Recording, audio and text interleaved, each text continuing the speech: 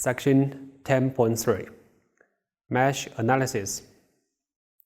We will use two examples to show how to use mesh analysis in phasor domain. Example 10.3. Determine current I0 in the circuit of Fig 10.7 using mesh analysis. And you can find the circuit on the slide. You will find it is already a phasor circuit, so we will skip step 1. And normally, almost all the engineers will use phasor to solve the sinusoidal circuit. So for most of the time, you don't need to transform the phasor into the time domain. So we can pass step 3. So for this circuit, we can use mesh analysis. There are 3 meshes of this circuit, mesh 1, 2, and 3.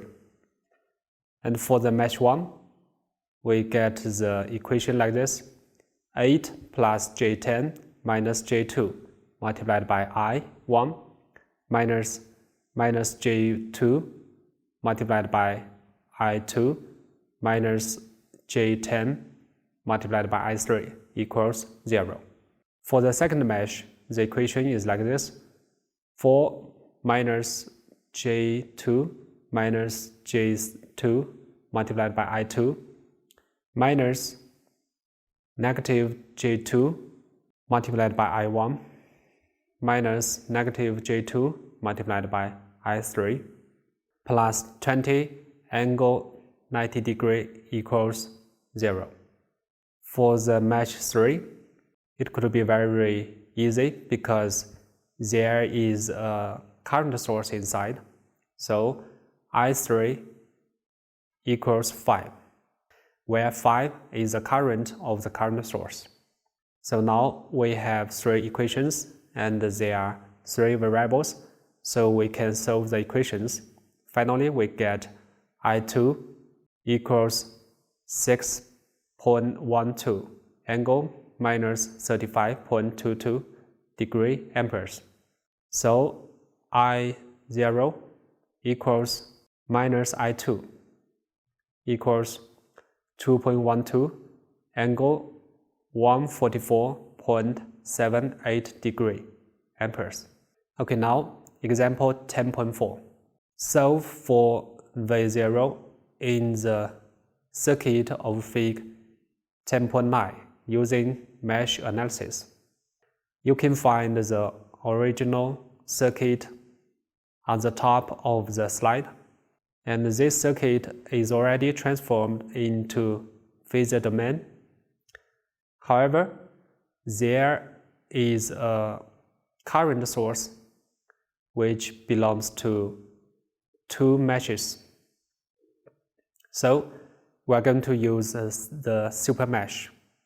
And now for the first mesh, we write the equation like this: minus 10 plus 8 minus J2 multiplied by I2 minus negative J2 multiplied by I2 minus 8 times I3 equals 0.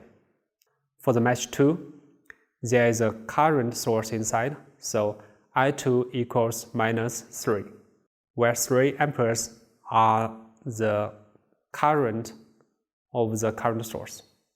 Now for the super mesh, we get the equation like this: 8 minus J4 multiplied by I3 minus 8 times I1 plus 6 plus J5 multiplied by I4 minus J5 I2 equals 0.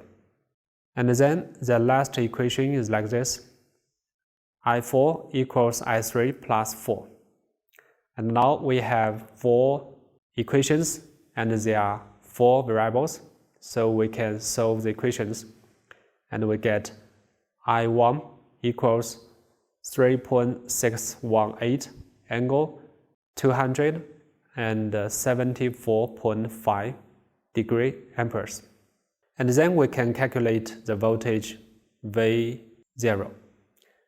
V0 equals minus J2 multiplied by I1 minus I2. And finally, we get the answer 9.756 angle 222.32 degree volts. This is the end of this section.